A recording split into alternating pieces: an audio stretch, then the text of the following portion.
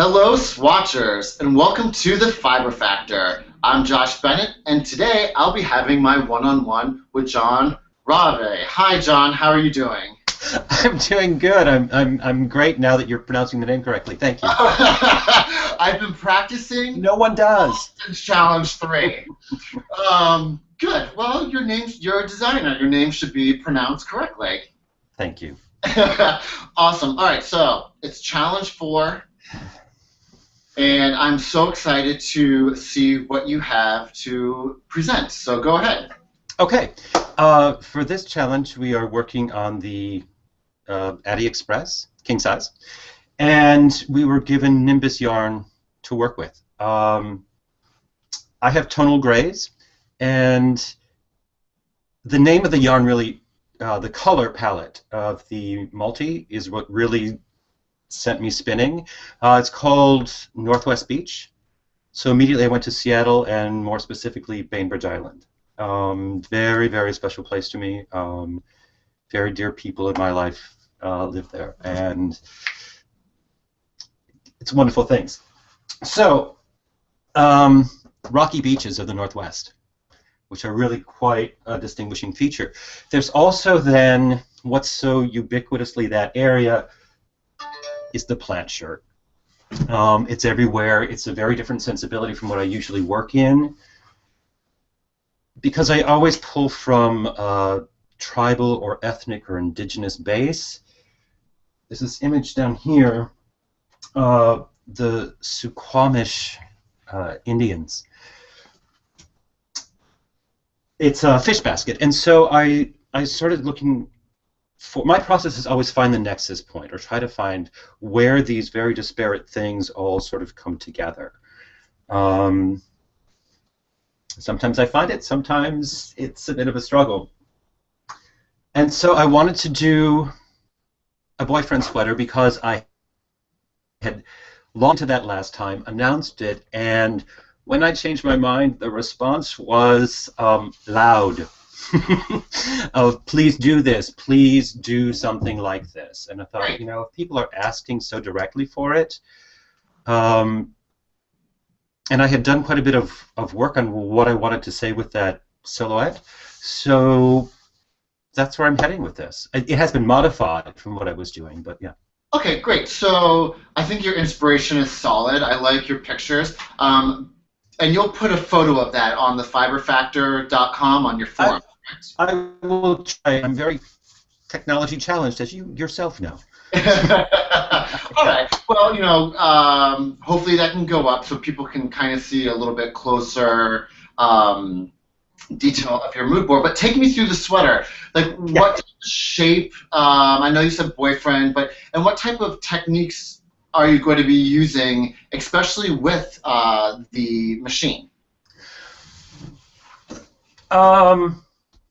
I did this piece here, which is not in the yarn, to sort of blow it up for this specific chat we're having.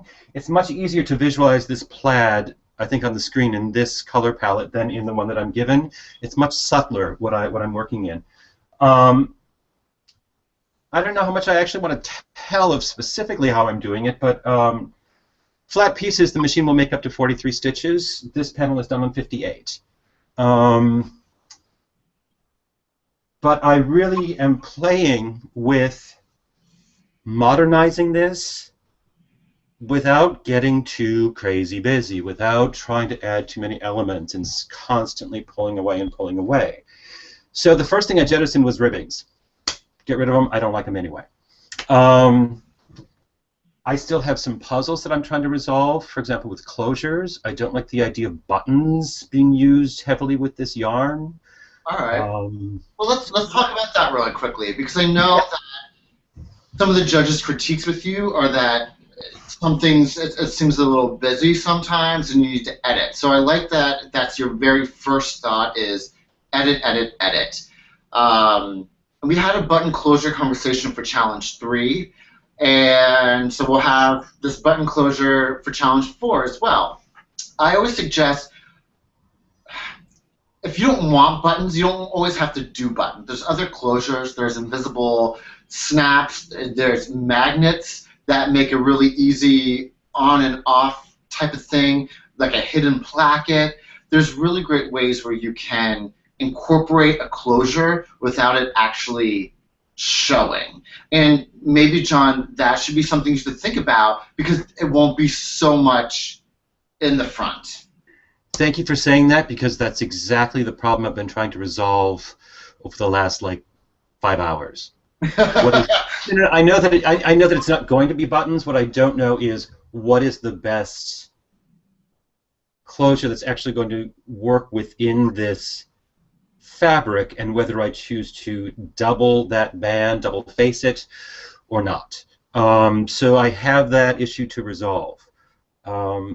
I personally, I suggest that you look at maybe button bands or a facing using the machine. If it can knit in the tube, and then that's your double facing, something like that to kind of, because the big part of this challenge is how to use the adding machine in a creative way. And if this is a problem you're having, I think this is a solution. My initial plan is actually, you're going to kill me on this. They're all going to kill me on this. 2 collar bands, in the sense that one is about 1 inch to 1.5 inches shawl collar, so spreading shawl collar, big, relatively bigger than classic shawl collar, with an interior very small that and then actually does the mechanics. Okay. Edit, edit, edit. You know. I know. I hear you. Put it on and step back. Like take a day and look at it. And if it's not your aesthetic right away, then take it off and do it again. You know, the best thing about knitting, and the worst thing, is that we can rip out and redo it, and rip out and redo it until it's correct. I know your time frame is so small with this challenge, but you really need to focus, especially for this challenge for you, on being creative, but not being overly over the top, which, you know, I think everyone can fall into, especially when their thought process has to go so fast. Mm-hmm. All right. Thank you. I have to say that I love this whole plaid thing. It screams you. Like, I see the colorway. It is you. I see your mood board. It is you. So I applaud that you are staying within your design aesthetic. That if this would walk down the runway, I would be like, this is John. Hands down, I see it. So keep that in mind. Yeah. What? Do you have any other questions? Not really questions. Just simple things. I'm making this in a men's size medium, which will also be the woman's small. Okay, so it's really oversized for a woman. It's a boyfriend sweater. Okay. Right. So with that, I'm doing a modified drop shoulder, so there, so that we don't have the set-in sleeve to deal with on a woman when it drops, and there isn't all the bulk. And there's just a little bit of attention to tailoring, but it's not going to scream. So if you have, I have to say, I'm a big person about fit. Fit to me is a huge issue all the time, especially in knitwear, either it be menswear or women's wear. If there's going to be some tailoring in the body, make sure that up here, you know, your shoulder fits well. I am not a big fan of the drop sleeve. I think that adds a lot of bulk right here because you have so much knitted fabric that you're not cutting away. Keep that in mind because also your pattern, it doesn't seem like it's going to be very, it's going to have some stability to it because of all the lines. Yes. So you have to make sure that since there's no cut in there, it's not going to drape, you know, it's going to be kind of stiff. So if you want to eliminate here, I would set it in a little bit rather than keeping it a full drop shoulder. That's why it's a modified. Okay, yeah. Cool. I totally want to see it in your progress video. Okay. Or not. The final video. That's also happening today, so... Okay. Yep. Cool. It's been a lot of time developing this fabric because what happens with this yarn on this machine is seams, especially shoulder seams, are so critical because it wants to open, especially after it's been blocked. So I've been working so much on developing a fabric that's going to behave the way long term that I think a garment should, that it's been so much planning, so all that's left is the knitting. Right. Keep in mind, though, for this challenge, John, it does not need to be graded, and it's not about sellability. So my advice is get the construction down so it's going to look perfect on the mannequin, on a body, and not worry so much about how it is really constructed. I agree with you. I think that things should be able to wear well over time, and I love that you said that, because I always think that that should be a number one factor when people are designing and knitting. It takes you, I don't know how long it takes people to knit. For me, like 4 to 6 days to make a sweater, but that whole sweater is going to last me my entire life. So 4 to 6 days, your entire life. I agree with you, but for this challenge, just you need to knock it out of the park with design and creativity, and make sure it fits well. Okay. Yeah, and you have that. You know, when I speak to you, every time I speak to you, I know those are, you know, top priorities on your list, because you know what you're doing. You're a good designer. Thank you. I'm learning a great deal through all of this.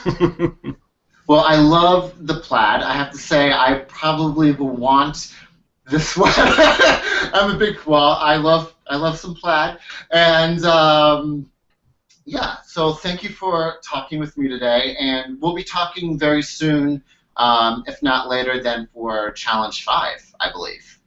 Great. Thank you, Josh. Thank you, John. And for more information with John, visit thefiberfactor.com. Thank you.